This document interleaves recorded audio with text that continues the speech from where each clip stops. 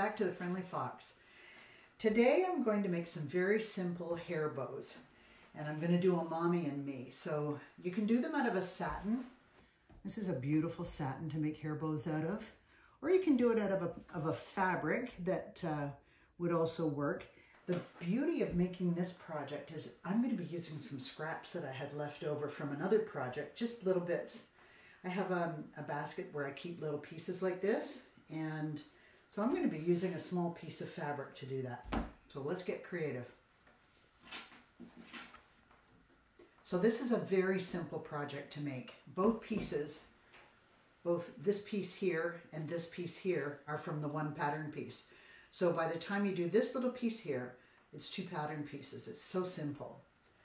So I've already pressed, I like to press my pattern pieces before I cut. So I've already pressed them, and now I'm just going to cut the fabric to start sewing. I don't care about this piece here because it's going to be turned underneath and it won't be seen. So you can use the selvages if you want to. And then the smaller piece is for the mommy and me bow. You cut 2 pieces of each, so that you've got the actual bow and then you've got the tail.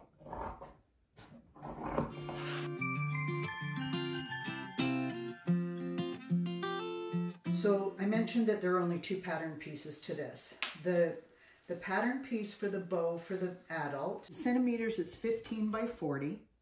If you want it in inches, it is 16 by 6. And the child's bow is 10 inches by 4 inches. So let's go sew. So this is the piece that will be the actual bow, and I'm just going to stitch along this line here and then turn this tube inside out. This is the part that I'm going to make the tail from. So to get that 45-degree angle, make sure you're all lined up properly, and we're going to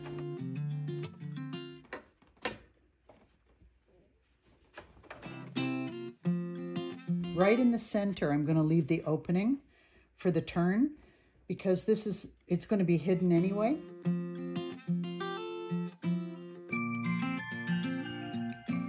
And now with this opening, I'm going to turn this piece inside out. This is the bow part of the mommy one.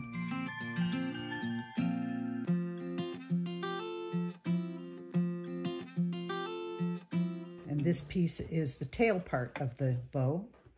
And I'm going to do the same thing. I'm going to bring it in a 45-degree angle.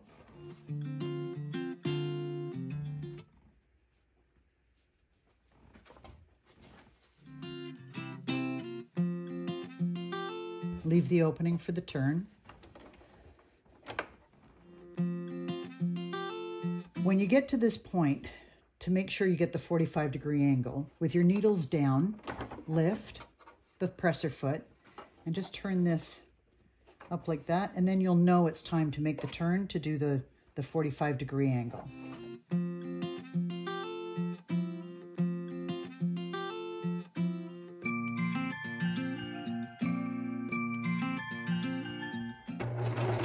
So now I've turned these inside out, all 4 pieces. There's the kid's bow.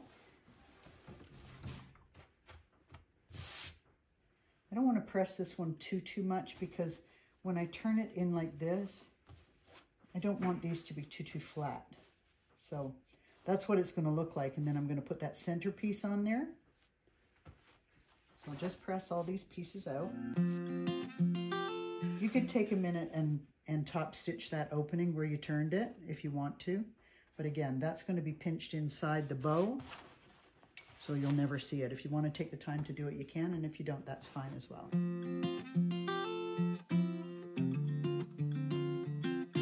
Okay, now I'm going to go and get a small scrap that's going to be the bind between these 2 pieces.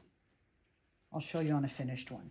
This piece here is just done from a small scrap, and it's the piece that will join the ribbon right there in the center. So now I'm going to cut 2 pieces, one for the adult one and one for the kids one. 5 by 3 or 13 by 8. I'm going to press it under.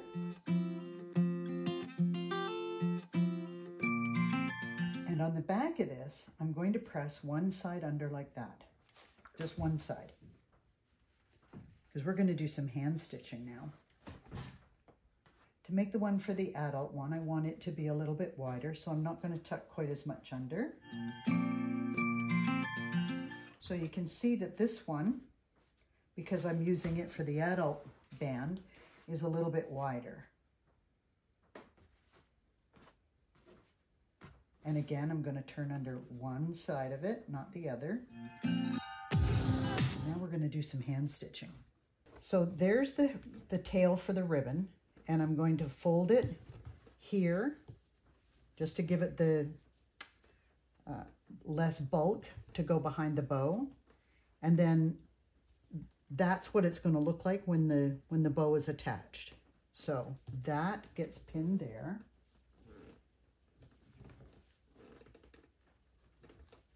The same for the bow. So I'm going to fold it into thirds, and then I'm going to fold it also and put a pin right there.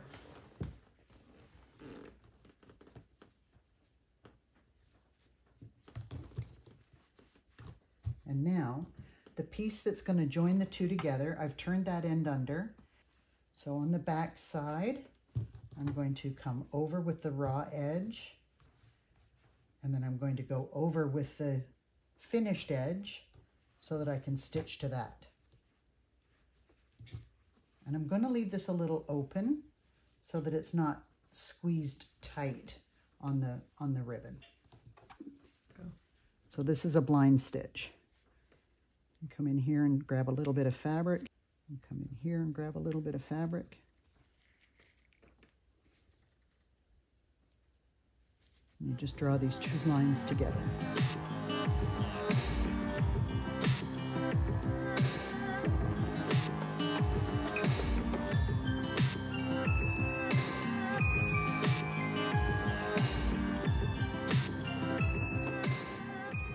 You can see how clean that line is. It just looks like a line of sewing from the machine.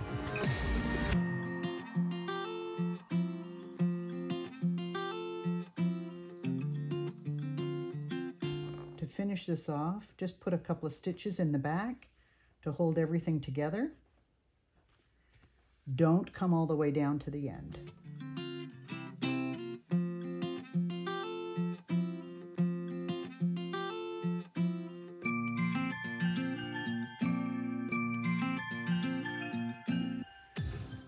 So now you turn it over and you'll play with it a little bit to get it just the way you want it to be.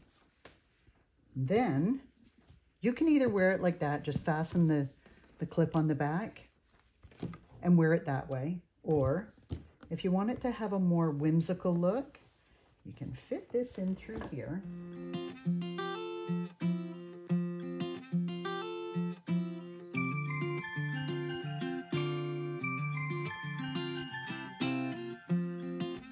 Now it's a little more whimsical, and now you'll glue your clip onto the back side. Just play with it a little bit till you get it looking the way you want it to look. I think these are prettier when they're not so flat and they have a little more bounce to them. So now the bows are done, and I'm just going to take this clip and put it on the back of this bow. So it's very easy to do. The glue gun.